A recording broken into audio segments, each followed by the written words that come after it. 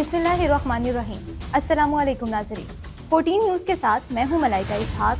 सबसे पहले नजर डालते हैं आज की अहम तरीन खबरों पर।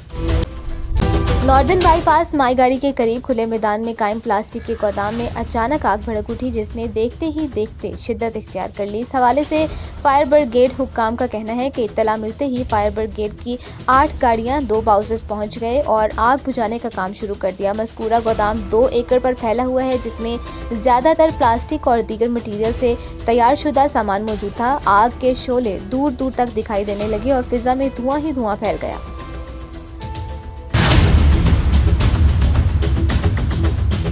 वज़ीर दिफा ख्वाजा आसिफ ने कहा है कि अफगान सरजमीन पाकिस्तान के खिलाफ इस्तेमाल हुई तो अफगानिस्तान में घुसकर हमले करेंगे। उन्होंने कहा कि काबुल की पूरी क़यादत भारत के हाथों खेल रही है।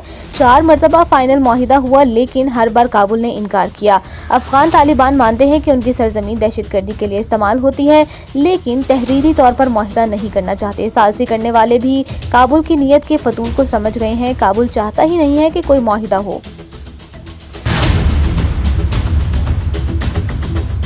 रूसी सदर व्लादिमीर पुतिन ने दूसरा एटमी हथियारों का तजर्बा करके अमरीकी सदर ट्रंप को चैलेंज कर दिया। बैनुल-अक़वामी मीडिया रिपोर्ट्स के मुताबिक रूस ने एटमी सलाहियत रखने वाले ज़ेरे आब ड्रोन पोसाइडन का कामयाब तजर्बा किया।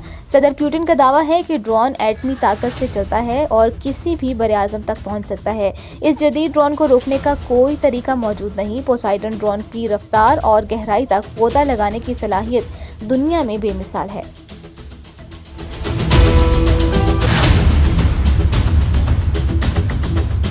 शहर कायद में तीसरे रोज 24 घंटों के दौरान होने वाले ई चालान 6000 तक पहुंच गए। ट्रैफिक पुलिस की रिपोर्ट के मुताबिक मजमूई तौर पर 5979 शहरियों के चालान किए गए हैं और सबसे ज्यादा चालान सीट बेल्ट की खिलाफ वर्जी पर किए गए हैं। सीट बेल्ट न बांधने पर 3558 चालान किए गए, तेज रफ्तार ड्राइविंग पर 555 और बगैर बेल्ट मोटरसाइकिल चलाने पर 1294 चालान किए गए। लाल सिग्नल जंप करने पर 557, ड्राइविंग के दौरान मोबाइल फोन इस्तेमाल करने पर 216 चालान किए गए।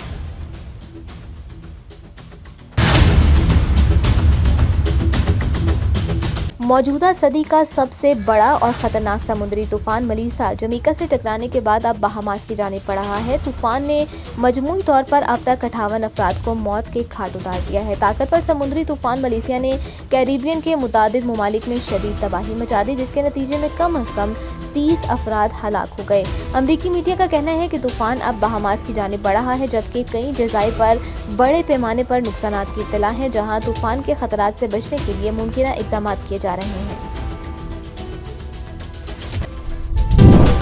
अब तक के लिए सिर्फ इतना ही। मज़ीद खबरें जानने के लिए देखते रहिए 14 न्यूज़।